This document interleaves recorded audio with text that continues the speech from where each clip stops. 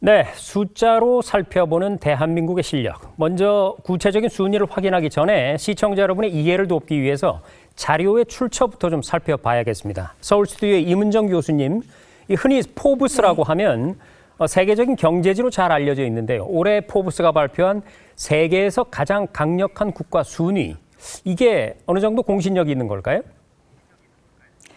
네, 우리 포브스라 그러면 아마 시청자 여러분들께서 언뜻 생각나시는 거는 뭐 이 세계에서 몇 번째 부자, 뭐 부자 포브스가 순위. 선정한 세계 몇 대 부호 이렇게 많이들 기억하고 계실 겁니다. 네. 워낙 이제 유명한 그런 경제 잡지고요. 이 포브스가 뭐 100년이 넘게 그렇게 지금 세계 부호들을 평가해보고 왔었기 때문에 이제 많이 대중적으로도 알려져 있는 그런 매체인데요.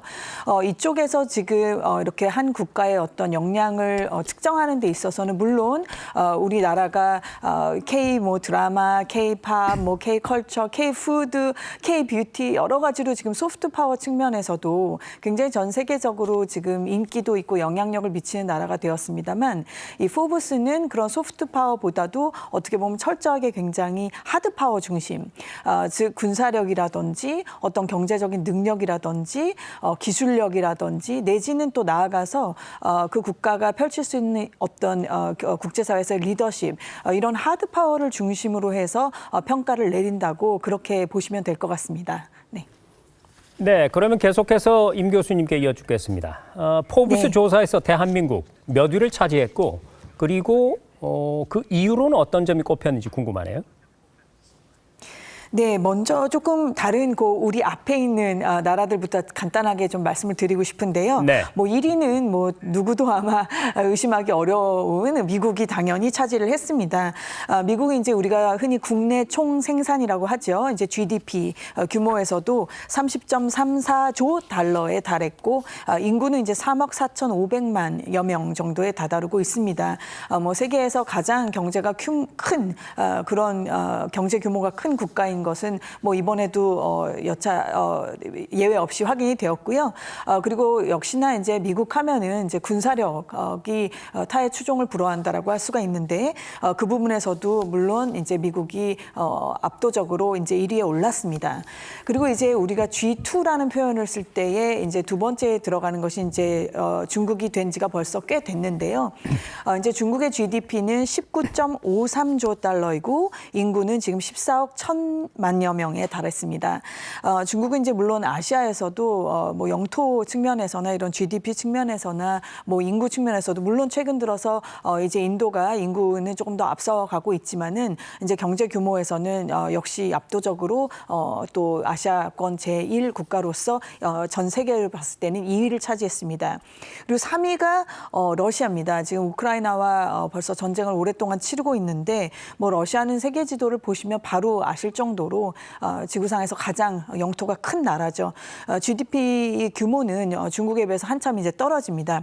2조 2천억 달러 정도고 인구는 이제 1억 4,380만여 명 정도가 되는데 이 2위와의 좀 격차가 있기는 하지만 역시나 이제 러시아가 4위를 차지했는데요. 이런 나라들이 앞에 있고 이번에 이제 한국이 6위까지 올라가면서 굉장히 그런 강력한 존재감을 나타냈습니다. 저희 앞에 지금 미국, 중국, 러시아가 있고 한국 앞에 4위는 지금 영국이었고 5위는 독일이었습니다. 이제 영국이나 독일이나 우리보다 이제 인구가 더 많은 그런 나라들이고요. 그리고 우리 뒤에 보면은 이제 우리가 6위인데 7위가 지금 프랑스, 그리고 우리 바로 옆에 나라인 일본이 8위를 차지했습니다. 다 아시다시피 경제 규모로만 치면 일본이 뭐 인구가 당장 우리의 2배가 넘는 나라이기 때문에 GDP 어떤 규모로만 치면은 이런 나라들이 앞서가지만 그럼에도 불구하고 포브스가 이번에 한국을 6위로 선정하는 데에는 무엇보다 이제 기술력 그리고 제조 능력, 제조업의 그 강점이 있다라고 하는 부분, 그리고 역시 군사력 부분도 평가가 되었습니다. 그래서 이런 기술, 군사, 그리고 어떤 그런 물건을 정말 잘 만들어낼 수 있는 첨단 기술이 들어간 물건을 잘 만들어낼 수 있는 제조 능력, 이런 것들이 반영이 되어서 한국이 다른 사실 덩치가 더 큰 나라들에 비해서도 높은 평가를 받았다. 이렇게 보시면 될 것 같습니다. 네. 네, 지금 임 교수님께서 자세히 소개를 해주셨는데 혹여 시청자 여러분께서 포브스지라는 곳에서 조사한 결과로만 그럴 뿐 뭐 약간 요행이 아니냐 이렇게 생각하실까 봐 저희가 다른 기관에서 발표한 순위도 살펴보겠습니다. US 뉴스 앤 월드 리포트라고 보통 US 뉴스라고 줄여서 부르는 곳의 조사인데 자 박사님 이 US 뉴스에서 발표하는 국가 순위 이게 세계적으로 상당히 공신력을 인정받는 자료라고요? 맞습니다. US 뉴스 좀 낯서실 수 있는데요. 사실은 타임이나 뉴스윗과 함께 세계 3대 시사 주간지로 출발을 했었고요. 네. 지금은 이제는 그 주간지보다는 분석이나 랭킹 전문 미디어로 뭐 뉴스윗보다 훨씬 더 영향력이 큰 매체라고 할 수 있습니다. 이번 조사가 갖는 무게감은 특히 좀 남다른데요. 이 펜실베니아 와튼 경영대학원이 전 세계 17,000명의 전문가와 기업인과 같이 협업한 일종의 학술적 리포트에 가깝기 때문입니다. 여기서 이제 우리가 주목해야 될 행간의 의미는 이게 단순한 인기 투표가 아니라는 점입니다. 네. 글로벌 투자자나 CEO들이 공장을 짓거나 비즈니스 파트너들을 선정할 때 참고하는 자본의 성적표 격으로 이 지표가 활용이 된다라는 네. 건데요. 이 순위는 이제 국가적 이미지를 의미하는 것들이 아니라 글로벌 자본이 냉정하게 평가한 자본의 가치나 신뢰도를 평가한다는 점에서 굉장히 큰 의미가 있는 지표입니다. 그렇군요. 자, 그 정도의 공신력을 갖고 있는 이 US 뉴스의 세계에서 가장 강력한 나라 순위. 방금 투자 성적표라고도 말씀해 네. 주셨는데 올해 발표에서 우리나라 몇 위를 차지했습니까? 예, 이게 뭐 약간 그 결과부터 먼저 말씀드리면요. 네. 가장 강력한 국가 6위를 차지했습니다. 네. 이제 세부 지표를 보면 앞서 포브스와 대동소이합니다. 이제 100점 만점 기준의 수출, 경제적 영향력, 군사력 지표가 거의 90점에 가까운 수를 다 차지했는데요. 이것들이 모두 다 하드파워 분야이고 여기서 네. 이제 압도적인 평가를 받게 된 겁니다. 프랑스와 일본을 제쳤다라는 것도 흥미롭습니다. 문화나 외교적 유연성과 같은 소프트 파워 면에서는 조금 뒤처졌지만 이제 뭐 강력한 군사력이라든지 수출 역량에서 워낙 좋은 평가를 받다 보니까 이 판세가 뒤집어졌습니다. 이러한 결과가 시사하는 바는 사실 명확합니다. 자원 부국인 러시아나 사우디아라비아는 천연 자원에 의존하지만 자원이 없는 우리나라는 제조업이나 기술 역량만으로 우리의 경제적 파워를 입증해냈다는 거거든요. 네. 그리고 최근 국제 정사가 불안해지면서 어떤 문화적 역량보다는 스스로를 지킬 수 있는 국방력이라든지 위기에도 흔들리지 않는 이 제조 공급망을 가진 국가들의 더 높은 평가를 하고 있다라는 것들도 우리가 읽어낼 수 있는 점들입니다. 네. 자, 시청자 여러분, 포브스와 US 뉴스 두 기관에서 공히 대한민국이 프랑스와 일본을 제치고 6위를 차지했습니다. 으쓱하셔도 좋을 것 같습니다. 자, 그럼 서울 스튜디오의 김열수 실장님께 이어주겠습니다. 1980년대 우리나라 1인당 국민소득이요 고작 $100 남짓했었거든요. 불과 반세기 만에 36,000달러를 넘어섰습니다. 올해가 마침 또 광복 80년이죠. 그간의 발전, 이거 정말 그냥 드라마나 영화 아니겠습니까? 예, 뭐 눈부시다고 할 수밖에 없지요. 우리가 경제력 규모를 나타내는 지표가 이제 GDP라고 볼 수가 있는데요. 네. 1972년도에 한국의 GDP가 108억 불인데요. 이게 이제 1985년이 되면 1,000억 불을 돌파하고요. 2006년이 되면은 1조 달러를 돌파하거든요. 현재 1조 9,500억 달러 정도 되기 때문에 1, 2년 내에 한국은 2조 달러대에 진입하지 않겠는가라고 생각을 합니다. 그러면은 이렇게 이제 급성장한 한국의 경제가 어떤 배경을 거쳐서 이렇게 됐는지 좀 말씀을 드릴 필요가 있는데요. 1960, 70년대는 이제 경부고속도로도 건설하고 포항제철도 이제 설립을 했죠. 그래서 국가 인프라를 이제 구축을 했다라고 보면요. 1980년대는 반도체하고 중화학공업, 그러니까 자동차 그리고 이제 조선업 여기에 대해서 이제 엄청나게 투자를 했고요.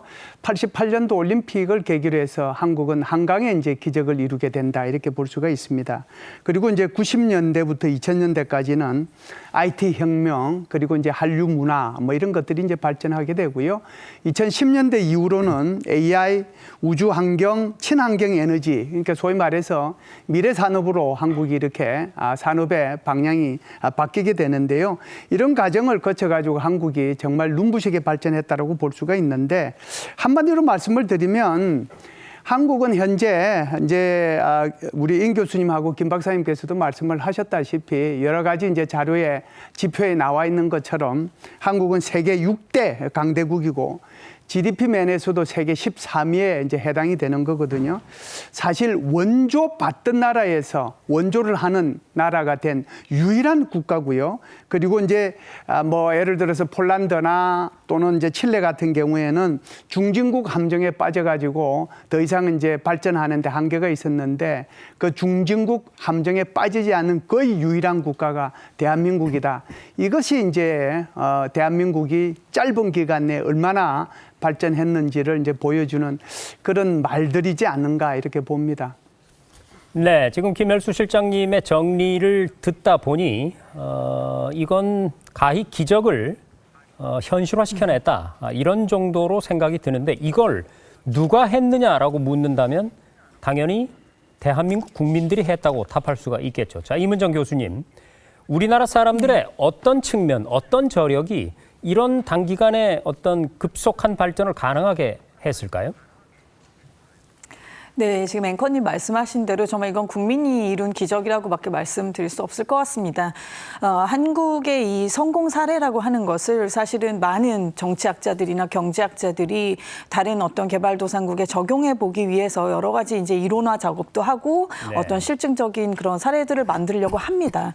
근데 이게 참 물론 시대 상황이라는 것도 있습니다. 아이러니컬하게도 지금까지도 우리는 북한과 이런 지금 사이에 있습니다만은 북한으로부터의 어떤 그런 위협 같은 것들이 있었기 때문에 역설적으로 국민이 더 단합할 수도 있었고 그리고 우리가 발전시켜온 그런 산업들을 봤었을 때 제조업 분야들도 보면은 경제학적 이론에서 봤었을 때는 저건 한국이 할 수 없는 수준의 것들이다. 예를 들면은 뭐 포스코로 대표되는 그런 철강 산업이 그렇죠. 화학도 마찬가지입니다. 뭐 기름 한 방울 안 나오는 나라고 그리고 철강 제철 산업이라고 하는 것은 어마어마한 그 자본력과 기술력이 투입이 되어야 되는 것인데 그런 것들을 다 한다라고 했었을 때의 경제학적 어떤 그 이론의 관점에서 봤었을 때는 이건 도무지 우리가 이제 소위 배운 비교 우위라고 하죠. 이제 이 비교 우위를 받아들이는 게 아니라 이건 오히려 거꾸로 가는 거 아니냐.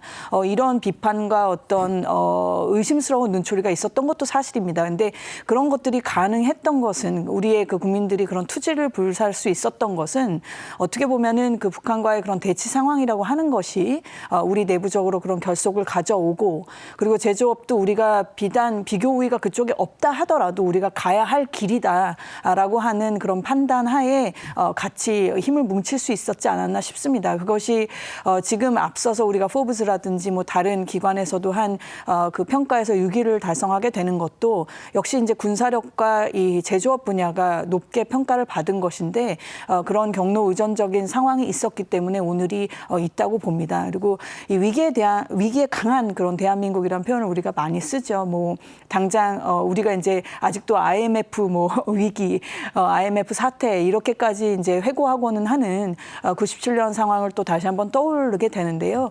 그럴 때에도 뭐 어느 나라 국민이 그렇게 금을 모으고 해서 그 단기간에 그 위기를 돌파했겠습니까? 그런 어떤 우리의 그 안에 있는 어떤 그 위기 의식이라고 하는 것은 참 대한민국의 역사에서 어떻게 보면 슬픈 부분이지만 그 슬픈 부분 때문에야말로 우리가 지금 이렇게 강해지지 않았나 또 그렇게 말씀드려 보겠습니다. 네. 네, 연말 특집으로 보내드리는 글로벌 인사이트 순위로 보는 대한민국 함께하고 계십니다. 자, 대한민국의 강인한 국민성은요. 다음 분야에서도 내로라는 발전을 이뤄냈거든요. 어떤 분야인지 영상으로 한번 확인해 보시죠.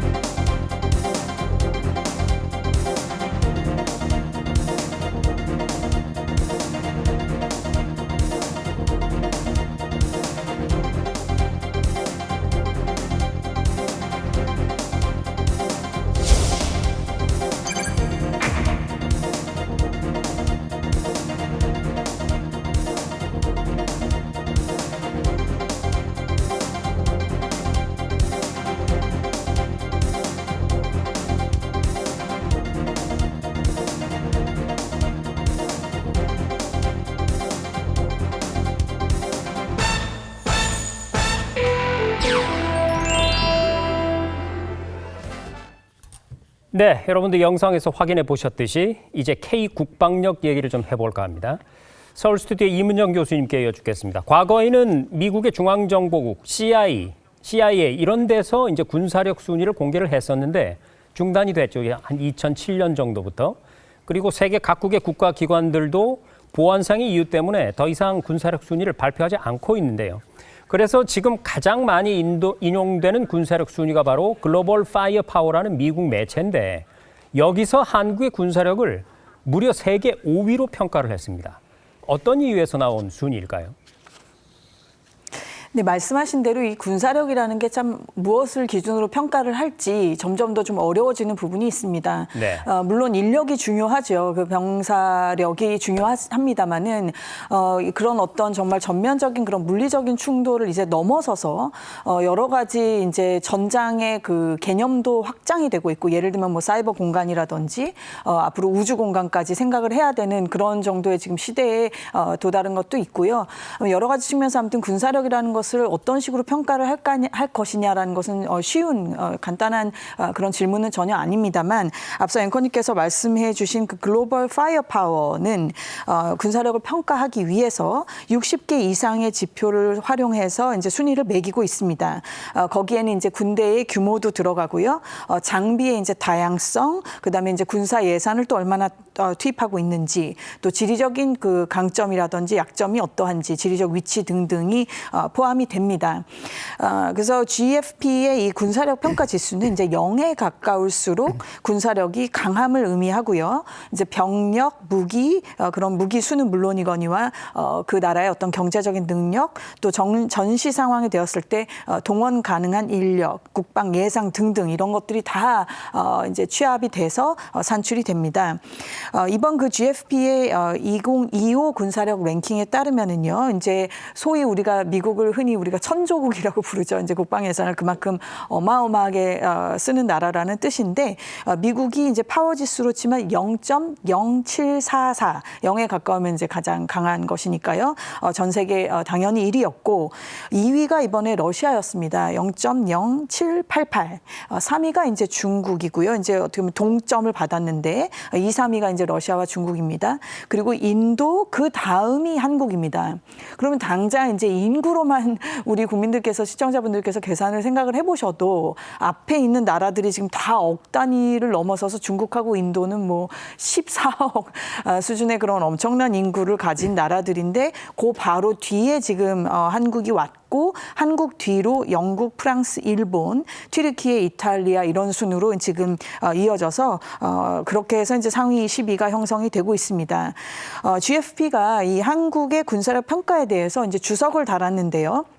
국경을 맞대고 있는 북한에 비해서 기술적 우위를 유지하고 있으며 미국의 군사적 지원에 힘을 얻고 있는 측면이 있다. 한국은 자국산 항공, 장갑차, 소형 무기, 조선 분야에서 특히 개발 및 생산 능력을 보유하고 있다라고 주석을 달아놨습니다.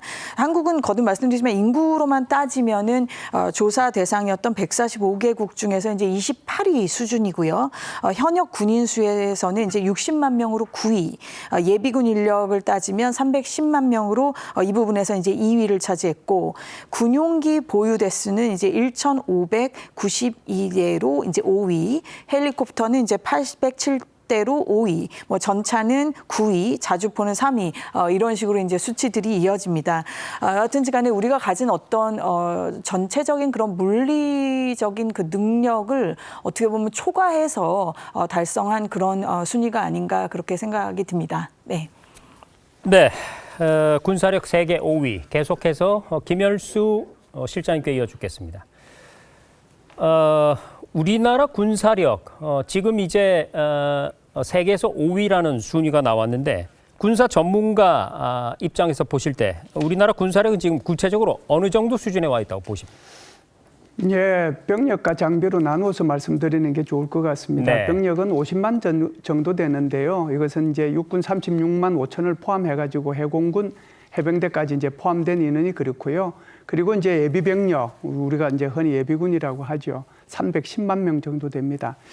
이제 장비 면에서는 조금 육군, 해군, 공군으로 구분해서 말씀을 드릴 필요가 있는데요. 네. 육군 같은 경우에는 전차는 뭐 2,300대, 장갑차 3,100대, 야포 5,600문, 지대지 유도 무기 발사대 60여 기 정도가 있고요. 해군 같은 경우에는 전투함이 90여 척, 상륙함이 10여 척, 잠수함이 10여 척 정도 있고요. 공군은 이제 전투기 410대 뿐만이 아니고 이제 공중거뷰기, 공중지휘 통제기 이런 것들이 있고요. 그리고 이제 우리 정찰 자산이죠. 정찰 위성이 있고 글로벌 호크 같은 또 그런 우리의 정찰 자산들이 있습니다. 우리가 이제 세계 5위로 평가하는 이유도 우리가 가지고 있는 것도 그렇지만 우리가 생산해 내는 것이 얼마나 지금 첨단 군사력인지를 판단할 수 있는 근거가 되기 때문에 그렇게 얘기를 하고 있는데요.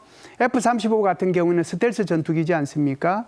게다가 이제 우리가 4.5세대 전투기라고 하는 거죠. KF-21. 이건 이제 곧 이제 생산 단계에 이제 대량 생산 단계로 접어들고요. 그리고 이제 해군 같은 경우는 3,600톤급 장령실함. 이건 이제 지난 10월 달에 진수식 가졌죠. 이것뿐만이 아니고 우리가 KDX-3라고 하는 건데 세종대왕급 그리고 정조대왕급 배치 1, 배치 2라고 얘기를 하죠. 이지스 구축함 이런 것들도 대한민국이 보유하고 있기 때문에 그래서 군사력 면에서 보면 세계 5위로 평가받고 있지 않는가 이렇게 봅니다. 네, 이어서 그럼 여쭙겠습니다. 대한민국이 이 세계 5위라는 엄청난 군사력을 보유하는 데는 우리나라만의 어떤 특징적인 요건들, 특장점들 이런 것들이 반영이 되어 있을 텐데 무엇이 바탕이 됐을까요? 제가 볼 때는 이제 크게 네 가지로 말씀을 드릴 수 있는데요. 첫 번째는 북한이라는 실존적 위협이 존재하고 있지 않습니까?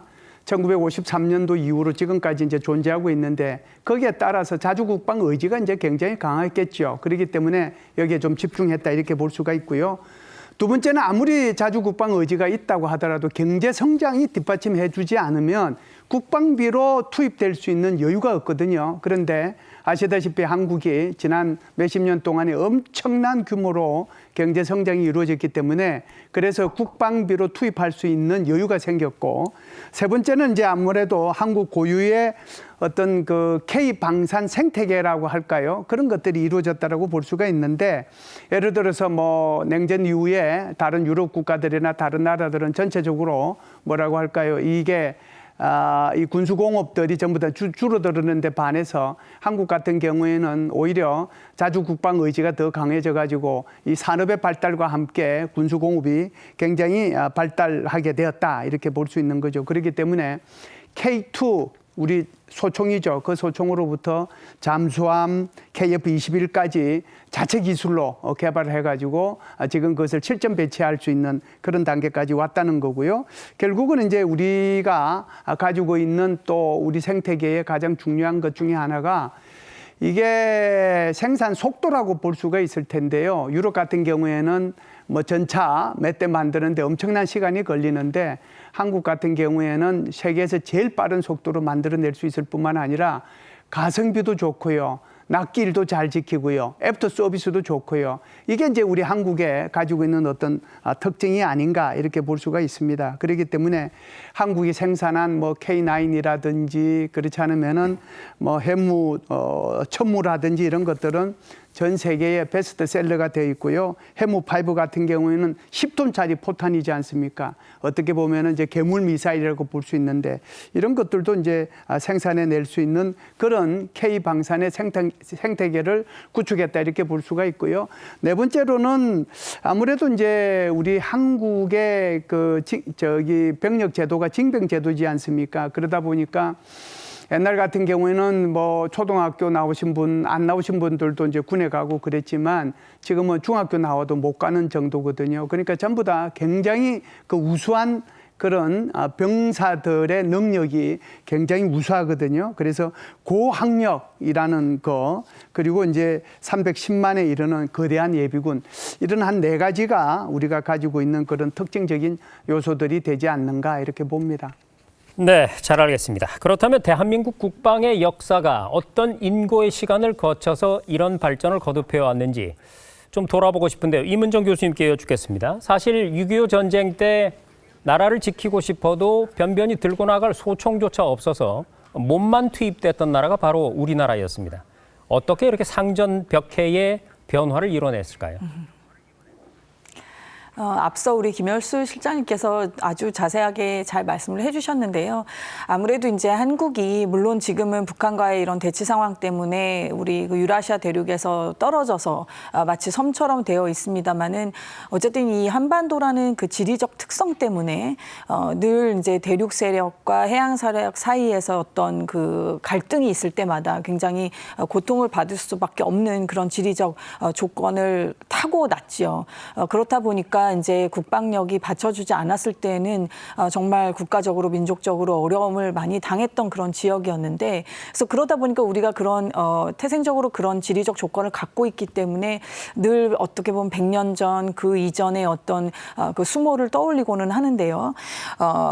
예를 들면 뭐 1882년에 있었던 그 이모군란 당시만 하더라도 그때는 뭐 말 그대로 군란이지 않습니까? 이제 군인들을 제대로 먹이거나 입히거나 하는 것도 제대로 되지 못했었기 때문에 그것이 결국은 이제 소위 말하는 이제 국치로까지 이어지는 그런 고통의 역사가 있었던 것이고, 또 1948년에 이제 건군 그 초창기만 하더라도 한국군은 이제 입을 그런 어떤 전투복조차 없어서 일본군이 남기고 간 것들이나 뭐 미군들이 쓰던 그런 전투복을 입었다고 할 정도로 그 정도로 굉장히 상황이 열악했었습니다. 그런 상황에서 이제 50년에 6.25가 이제 발발을 한 것인데 다 우리가 익히 알고 있다시피 그때만 해도 뭐 북한군에 밀려서 너무 고전을 했었었고요.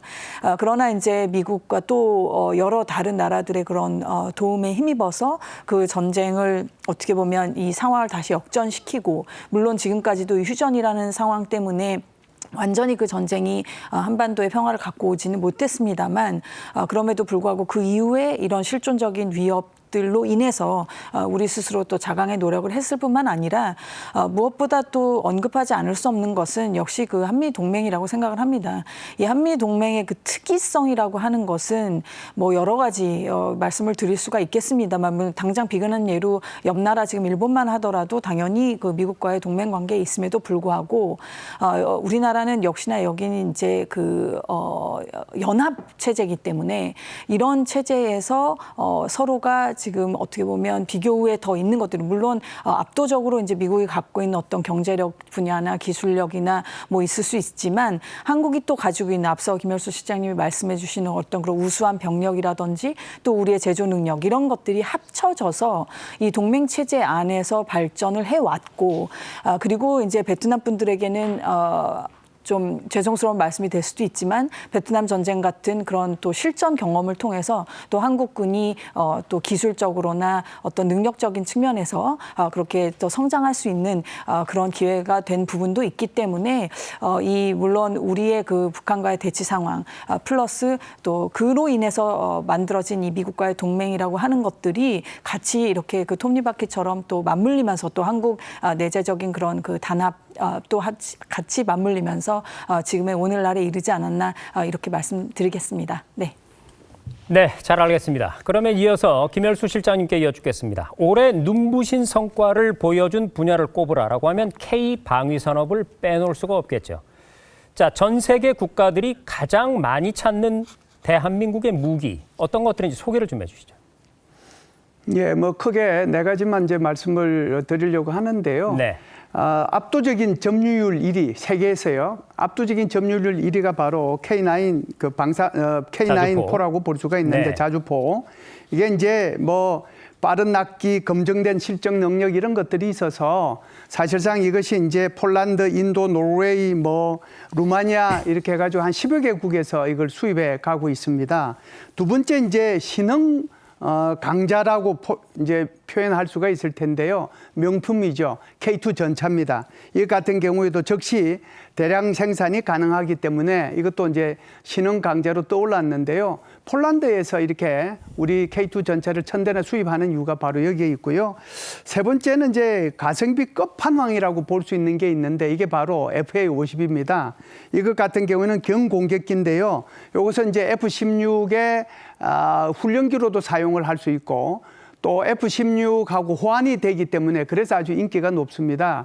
이번에 이제 이 FA-50을 만들기 전에 우리는 그것을 이제 T-50이라고 해서 훈련기로 사용을 했는데 이것이 이번에 이제 뭐 뉴스를 들어서 아시는 분은 캄보디아하고 태국하고 이렇게 전투를 할 때 T-50이 이제 동원된 것을 아마 아실 수 있을 겁니다. 마지막 하나는 이제 대공 미사일인데요. 천궁2라고 볼 수가 있죠. 그래서 이 천궁2는 주로 이제 중동 시장에서 많이 사용을 하고 있는데 성능 대비해서 뛰어난 가격, 뭐 그것 때문에 중동 시장에서 많이 팔리고 있는 그런 우리 국산 무기입니다. 네, 전 세계를 주름잡는 대한민국 무기들을 살펴봤고요. 그러면 이어서 김동영 박사님께 여쭙겠습니다. 사실 지금까지 국방 기술은 정부에서, 즉 나라에서 주도를 했어요. 그래서 군사 기술이 민간으로 넘어가는 이른바 스핀오프가 대세였는데 이제는 시대가 바뀌어서 역으로 민간 기술이 군사 쪽으로 넘어오는 스핀온이 대세라고 들었습니다. 우리나라 같은 경우는 솔직히 뭐 IT 기술이라든지 또 AI 기술 둘째가 그럼 서러운 그렇죠. 기술을 보유하고 있거든요. 이게 국방 분야에 접목된다면 경쟁력이 더욱 높아질 것 같은데 어떻습니까? 맞습니다. 사실 앞서 설명 주셨던 우리나라 국방력의 핵심들이 다 민간의 기술들이 우리가 가지고 있던 국방의 과거 레거시들과 결합된 결과물들일 겁니다. 네. 그 이유는 명확한데요. 오늘날의 많은 국방 기술의 핵심은 정보와 데이터에 있기 때문입니다. 그리고 이 정보와 데이터라고 하는 건 국방부 안에 갇혀 있는 것들이 아니라 민간 기업이 활동하는 일반 세상에서 얻어낸 것들이기 때문에 필연적으로 이 민간의 기술은 국방과 결합될 수밖에 없을 겁니다. 그리고 이러한 창의적인 생각들, 일론 머스크의 스페이스X 같은 것들도 나사가 해내지 못한 것들을 민간이 그렇죠. 해낸 사례들이잖아요. 기존의 정부가 가지고 있었던 어떤 레거시 모델들과 민간이 가지고 있던 정보와 데이터, 알고리즘 이런 것들이 결합이 되게 된다면 우리가 기존에 해결하지 못했던 여러 가지 창의적인 방식들이 국방 분야에 접목되면서 우리가 상상하지 못했던 많은 경쟁력들을 끌어올릴 수 있을 거라고 생각할 수 있습니다. 네. 앞으로도 세계를 주름잡는 K방산 기대해 보겠고요. 바로 이런 국방 기술의 바탕이 되는 분야를 꼽으라. 바로 과학기술이죠. 이번에는 대한민국 과학기술의 현 주소를 살펴보겠습니다. 먼저 영상 함께 보시죠.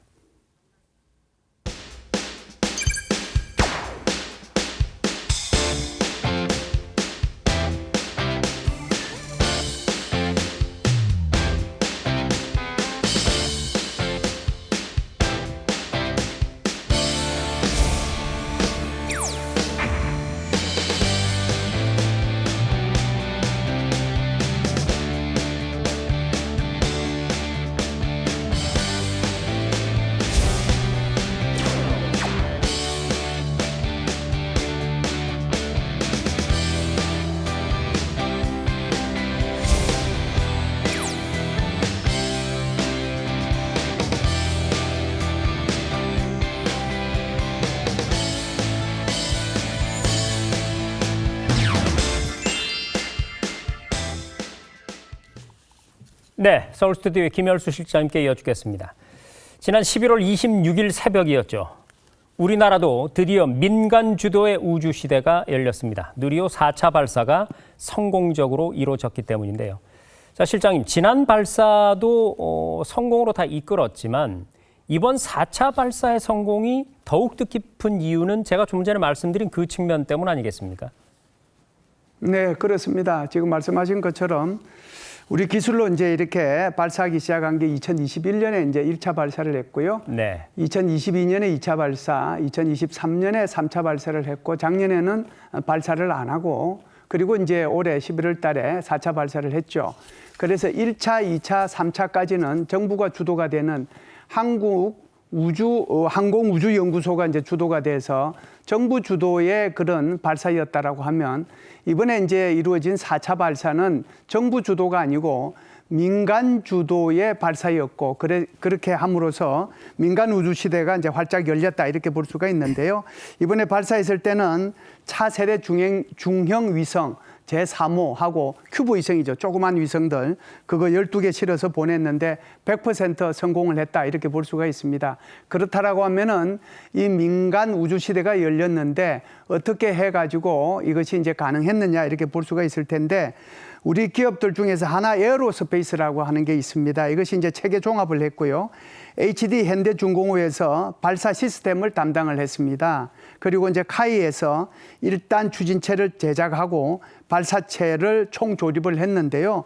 사실상 우리가 2010년도에 개발을 착수한 이래로 15년 8개월 만에 이루어진 쾌거라고 볼 수가 있는데 드디어 한국도 민간 항공 시대로, 민간 우주 시대로 접어들었다 이렇게 볼 수가 있겠습니다.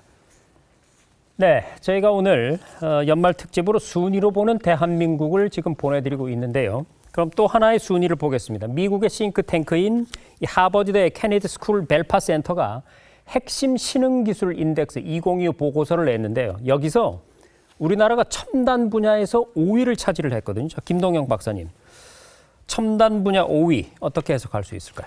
예, 이 첨단 분야가 5가지를 꼽았는데요. 네. AI, 바이오, 반도체, 우주, 양자 이렇게 5개의 분야입니다. 여기에서 우리나라가 미국, 중국, 유럽, 일본에 이어서 종합 5위를 차지했습니다. 여기에서 이제 읽어낼 수 있는 건 2가지입니다. 하나는 우리가 가지고 있는 효율성이고요. 동맹이 변화가 시작됐다라는 겁니다. 효율성 측면에서는 한국은 경제 GDP가 14위 정도입니다. 네. 그럼에도 불구하고 첨단 산업에서 세계 5위를 달리고 있다는 건 우리의 투입 구조가 굉장히 효율적인 구조를 가지고 있다라고 해석을 할 수가 있고, 또 한편에서는 과거의 양적 성장을 이룬 거에서 기술 중심의 질적 성장으로 전환되는 중간에 있다라고 평가를 할 수 있습니다. 게다가 이 보고서는 미국이 독자적인 패권을 유지하기 위해서는 한국과 같은 기업과의 협업이 중요하다라고 이야기를 하고 있습니다. 이건 이제 한미 관계가 단순한 군사 안보의 관계를 넘어서 이 미래 산업의 생존을 같이 하는 기술 가치 사승 동맹으로 격상되고 있다라고도 해석을 할 수 있습니다. 이 미중 기술 패권 경쟁 속에서 한국의 전략적 몸값이 굉장히 높아졌다라는 방증이기도 합니다. 네. 5가지를 얘기를 해주셨는데 그중에 AI 얘기가 나와서 말인데요. 네. 지난 경주 에이펙에서 반가운 약속이 있었죠. 그렇죠. 엔비디아의 젠슨 황, GPU 26만 장을 한국에 선공급하겠다. 이런 약속을 해주었는데 이게 어마어마한 양의 이 GPU가 대한민국에 풀리게 되면 우리의 어떤 그 과학기술 발전에 큰 도움이 될 텐데 어느 정도일까요? 그렇죠. 엄청난 발전일 텐데요. 2030년까지 우리가 GPU 26만 장을 확보하기로 했습니다. 네. 현재 보유량이 5만 장 미만이니까요. 단순하게 계산하더라도 5배 이상의 연산력이 갖춰진다는 걸 의미하고 네. 그 정도가 되면 AI 인프라는 세계 3위 수준의 경쟁력을 갖추게 됩니다. 근데 우리가 주목해야 봐야 되는 게 이런 것들이 단순히 수입 확대가 아니라는 겁니다. 네. 한국의 독특한 산업 구조를 이해하면 더 크게 다가올 수 있는데요. 우리는 세계적인 제조업 기반을 가지고 있습니다. 이 제조 현장에 강력한 AI 컴퓨팅 파워가 결합이 되면 현실의 공장을 가상의 공장에서 컨트롤할 수 있는 디지털 트윈, 그러니까 피지컬 AI 분야에서는 독보적인 경쟁 우위를 갖게 됩니다. 결국 이 GPU는 단순한 반도체가 아니라 인구 감소로 인한 노동력 부족 문제를 해결하고 우리의 제조업 생산성을 극대화시킬 수 있는 산업 혁신의 촉매제가 될 수 있다는 점에서 이 26만 장의 의미는 굉장히 크다라고 할 수 있습니다. 네, 잘 알겠습니다. 자, 그럼 계속해서 서울 스튜디오의 김열수 실장님께 이어주겠습니다. 다보스 포럼과 비견되는 이 IMD, 즉 스위스 국제경영개발원의 국가 경쟁력 순위에서 우리나라는 과학 인프라 분야에서 무려 세계 2위를 차지했습니다.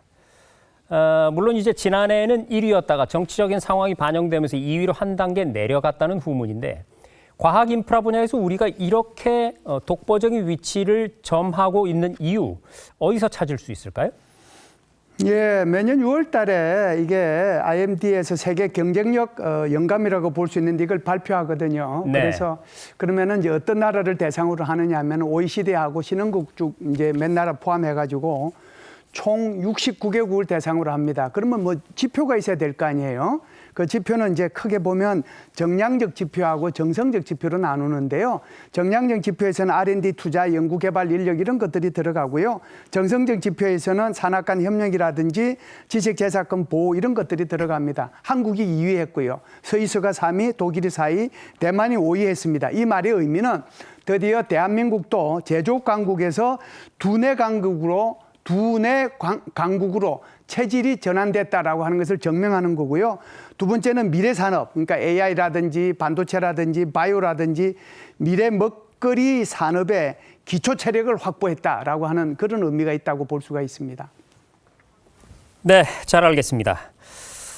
시간 관계상 이제 마지막 질문은 우리 서울 스튜디오의 임은정 교수님께 드리겠습니다. 불가능을 가능으로 만든 대한민국의 국민성, 그리고 그 토대 위에 차근차근 쌓아 올린 오늘의 결과까지. 자, 지금까지의 논의를 종합해 볼 때요, 이 대한민국의 다음 걸음은 어디로, 어떻게 향해야 할지 마무리 말씀 부탁드립니다. 네, 오늘 우리 이런 논의를 통해서 결론을 내릴 수 있는 것은 역시 기술이구나라는 부분이 아닐까 싶습니다. 네. 엔지니어를 굉장히 소중하게 이렇게 대우해 드려야 된다고 생각합니다. 이 기술을 만든다는 것은 간단한 것이 아니고 쌓여져 가야 하는 것이고 그 기술을 만들어내는 구현해내는 그런 사람들을 소중하게 여길 수 있는 그런 나라가 되길 바라고요. 무엇보다 중요한 것은 지금 같은 경제 안보 시대에서는 그 기술을 개발하는 것도 중요하지만 그것을 현실의 어떤 상품으로 구현할 수 있는 제조 능력이 이 나라 이 땅에 있는 게 굉장히 중요하다고 저는 생각합니다. 그것이 우리의 결국은 경제 안보, 심지어 군사 안보에까지도 연결될 수 있는 부분이기 때문에 내년에도 더욱더 과학 기술 강국으로서 또 제조업 강국으로서 도약을 해 나가기를 바람하지 않습니다. 네. 네, 한때 한국 제품이라고 하면 코리아 디스카운트가 따라붙었었죠. 그러던 것이 이제는 코리아 프리미엄으로 바뀌고 있습니다. 국가 브랜드 국력 그리고 국격이 급상승한 올해 시청자 여러분 기분 좋게 마무리하시기를 바랍니다. 지금까지 도움 말씀에 한국군사문제연구원의 김열수 실장, 공주대학교의 임은정 교수, 그리고 한국개발연구원의 김동영 박사였습니다. 세 분 오늘 말씀 고맙습니다.